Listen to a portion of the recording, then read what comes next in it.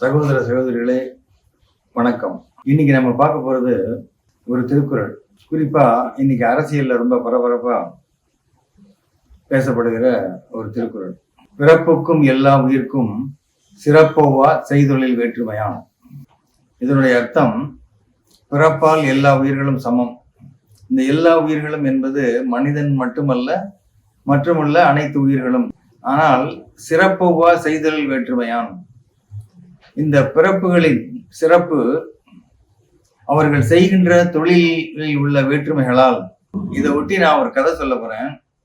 இந்த கதை கூட திருவள்ளுவர் வாழ்ந்த காலத்திலேயே சொல்லப்பட்ட கதை. அது மட்டுமல்ல, திருவள்ளுவரையும் வாசியையும் சம்பந்தப்பட்ட ஒரு கதை. சுவாரஸ்யமான விஷயம், அதை இன்று பார்ப்போம். இதில் இன்னொரு முக்கியமான விஷயம் என்னன்னா, சிறப்போவா செய்தொழில் வேற்றுமையான் என்று சொல்லுகின்ற அதையே ஒரு சேலஞ்ச் பண்ற மாதிரி ஒரு கதை. அது அப்படி இல்லை, இப்படியும் இருக்கலாம்.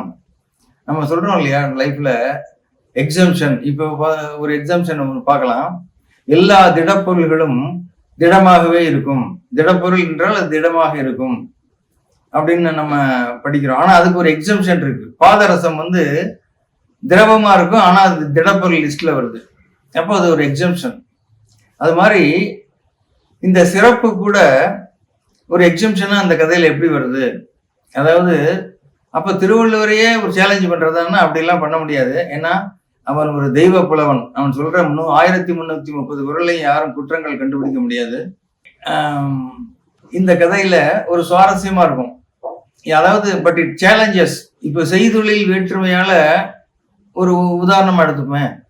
ஒரு ரிஷி அல்லது முனிவர், சாதாரணமாக ஒரு ஹவுஸ் ஒய்ஃப், வீட்டுல கல்யாணமாகி குடும்ப பெண், மூணாவது ஒரு கசாப்பு கடை வெட்டுறவன்.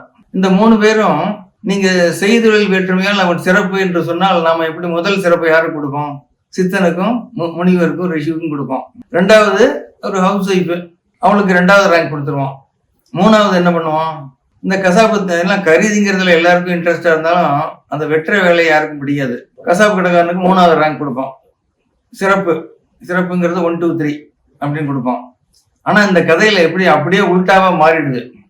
இந்த கசாப்பு கடைக்காரனுக்கு 1st ரேங்க், குடும்ப பெண்ணுக்கு 2nd ரேங்க். இந்த முனிவர் ரிஷி சித்தர்ங்கிறவனுக்கு கீழே தள்ளப்பட்டுறான், அவன் 3வது ரேங்க். அப்படி ஒரு கதை. அப்படி இப்ப நம்ம பார்த்த இந்த குறளுக்கு இது அப்படியே ஆப்போசிட்.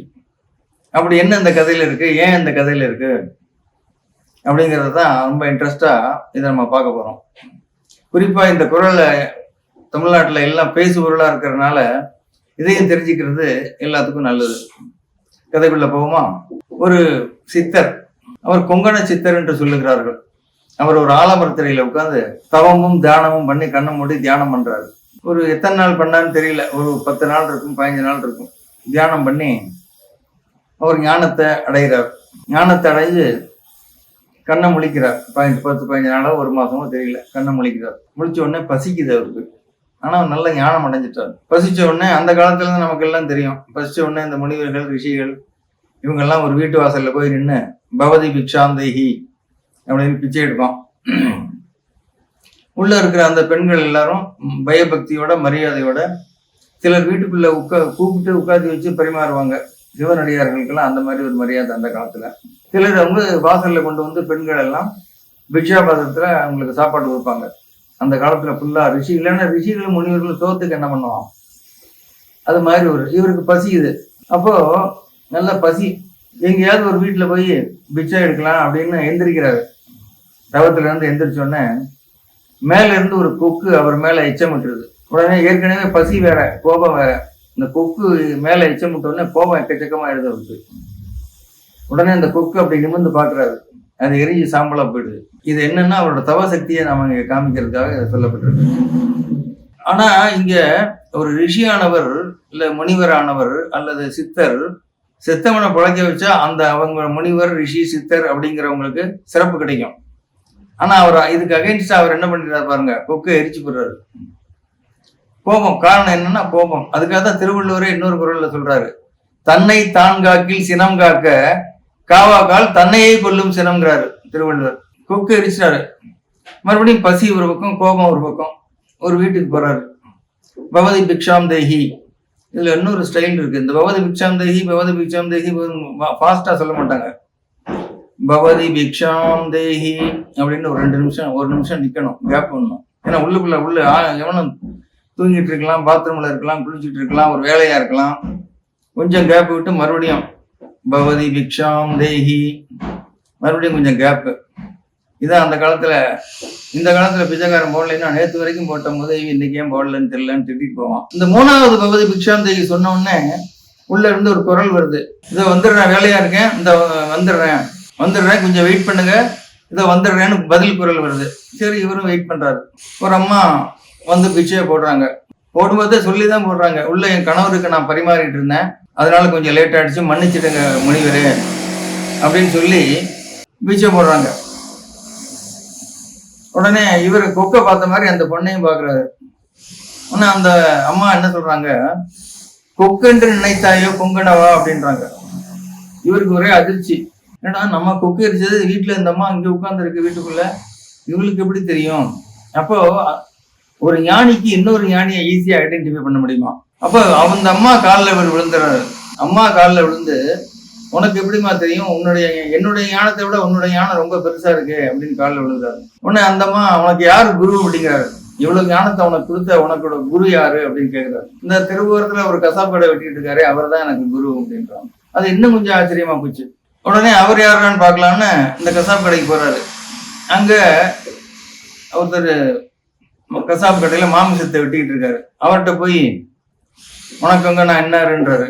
நான் இப்ப வேலையில பிஸியா இருக்கேன், கொஞ்சம் ஓரமா உட்காருங்க, நான் வேலையை முடிச்சுட்டு வந்து உங்களை பாக்குறேன்றாரு அவர். உடனே இவரும் வெயிட் பண்றாரு. ஏன்னா இவ்வளவு பெரிய ஞானத்தை ஒரு ஹவுஸ் ஒய்ஃபுக்கு இவரால் இவ்வளவு பெரிய ஞானத்தை கொடுக்க முடியும்னா, இவரை நம்ம குருவை எடுத்துக்கிட்டு இன்னும் கொஞ்சம் மேல போகலாம் அப்படிங்கிற ஆசை சித்தருக்கு. ஓரமா போய் உட்காருன்றாரு. நான் வேலையை முடிச்சுட்டு தான் வருவேன், ஓரமா போய் உட்காருன்ட்டாரு. அப்புறம் அவர் வேலையை முடிச்சுட்டு வந்த உடனே பேச ஆரம்பிக்கிறாங்க. அவருக்கு அந்த கசாப்பாட்டுக்காரர் காலில் போய் இந்த சித்தரோ ரிஷியோ கும்பன சித்தர் போய் காலில் விழுந்துடுறார். இப்ப என்ன ஆயிடுது பாத்தீங்கன்னா, இந்த குரல்ல என்ன, சிறப்போவா செய்தொழில் வேற்றுமையா. இப்ப செய்தொழில்னு கணக்கு எடுத்தீங்கன்னா, சித்தர் முதலிடம், 2வது இடம் ஹவுஸ் ஒய்ஃப், 3வது இடம் கசாப்பு வெட்டுறவங்க. இப்ப அப்படியே தலைகீழா மாறி போச்சு பாருங்க. முதலிடம் கசாப்பு வெட்டுறவங்க, 2வது இடம் ஹவுஸ் ஒய்ஃப், 3வது இடம் நம்மளோட சித்தருக்கு கிடைக்குது. அப்ப இதுல என்ன இந்த மாற்றத்துக்கு காரணம் என்ன? எந்த ஒரு காரியத்தையும் செய்யும் போது, அது நீ கசாப்புற்றையோ புருஷன் கூட வாழ்ந்து இல்லத்தரசியா இருந்து வீட்டு வேலையை பார்க்குற பொண்ணோ, சித்தரோ, கசாப்பு செய்யறவனோ, வெட்டுறவனோ, யாரா இருந்தாலும் செய்கின்ற காரியத்தை யோகமாக, கர்மயோகம், கர்மயோகம்ங்கிறது பகவத்கீதையில பெரிய சாப்டர், அதை இங்க லேசா டச் பண்ணுவோம் அந்த கதை முடிவுல. அது மாதிரி செய்கின்ற வேலையை அர்ப்பணிப்போட, அதைத்தான் இங்கிலீஷ்ல டெடிகேஷன், டிட்டர்மினேஷன், டிவோஷன் தான். இந்த அர்ப்பணிப்போட செய்யும் போது அந்த செய்யற காரியத்தை அவங்க செய்யறது இல்லையா. ஒரு காரியம் அவன் செஞ்சுட்டு அவன் செய்யலைன்னா என்ன அர்த்தம்னா, செய்யறது அவன், ஆனா it is dedicated to somebody else. நம்ம இவர் கூட சொல்லுவார், இந்த இசையமைப்பாளர் ஏஆர் ரஹ்மான், எல்லா புகழும் இறைவனுக்கேன்னு. அது மாதிரி டெடிகேட் பண்ணிட்டோம் அப்படின்னா, அந்த பாவ புண்ணியங்களோ புகழோ எல்லாம் எனக்கு வேண்டாம், எல்லாம் என்னை படைத்த இறைவனுக்கு அப்படின்னு சொல்லி டெடிகேட் பண்ணுவாங்க. இது ஞானத்துல ஒரு மிக உயர்ந்த ஞானம். இப்ப நான் பகவத்கீதை பத்தி ஒரே ஒரு லைன் சொல்லி முடிச்சிடறேன் இதை. ஏன்னா இது நான் கர்மயோகம், கர்மயோகத்தினால் இந்த நிலை மாறுபடுகிறது, இந்த சிறப்பு மாறுபடுகிறது என்று நாம் இப்போது பார்த்தோம். இந்த கர்மயோகத்துல 4 யோகம்: ஞான யோகம், பக்தி யோகம், ராஜயோகம், கர்மயோகம். அப்ப இந்த சித்தருங்கிறவர் என்ன பண்ணியிருக்காருன்னா, ஞான யோகத்தை பண்ணியிருக்காரு, ஞானத்தை அடைகிறாரு. இந்த பெண்ணானவள், இல்லத்திலே இருக்கின்ற குடும்ப தலைவியாக இந்த பெண்ணானவள் பக்தி யோகத்தை செய்கிறார். அவருடைய பக்தி கணவன் மீதும், குடும்பத்தின் மீதும், பிள்ளை குட்டிகள் மீதும், மாமனார் மாமியார் மற்றும் உள்ள சுற்றம் சூழல் என்று வருவோரை, விருந்தினர்களை எப்போது அது அவங்களோட சந்தோஷமா இருந்து தன்னையே அங்கே அர்ப்பணித்து தியாகம் செய்து வாழ்கின்ற வாழ்க்கை வாழ்கிறவள். அதுக்கு பேர் பக்தி, பக்தி யோகம். இந்த கசாப்பு கடை யாரோ வெட்டுறான், யாரோ திங்கிறான். அப்ப இவர் அது வெட்டி மட்டும் கிளீன் பண்ணி கொடுக்குறாரு. அப்ப இவருக்கு அது எதுலையுமே அட்டாச்மெண்ட் இல்லை. அவர் அப்பவே இந்த பகவத்கீதை சொல்ற அட்டாச்சு அட்டாச்மெண்ட் அதே ஞானத்திலையும் பக்தியிலையும் சிறந்து விளங்கி ஞானம் கர்மயோகத்தை செய்கிறார். ஆக இந்த 3 யோகங்களும் இங்கே நம்மால் பார்க்க முடிகிறது. சித்தர் செய்தது ஞான யோகம், குடும்ப பெண் செய்தது பக்தி யோகம், இறுதியில் இந்த கசாப்பு கடை செய்தது கர்மயோகம் என்று பார்க்கின்றோம். இந்த திருக்குறள் இப்போது உங்களுக்கு நன்றாக விளங்கி இருக்கும் என்று நான் நிச்சயமாக இந்த கதை மூலம் புரியாதவர்கள் கூட தெளிவடைந்திருப்பீர்கள் என்று நான் நம்புகிறேன். நன்றி, வணக்கம்.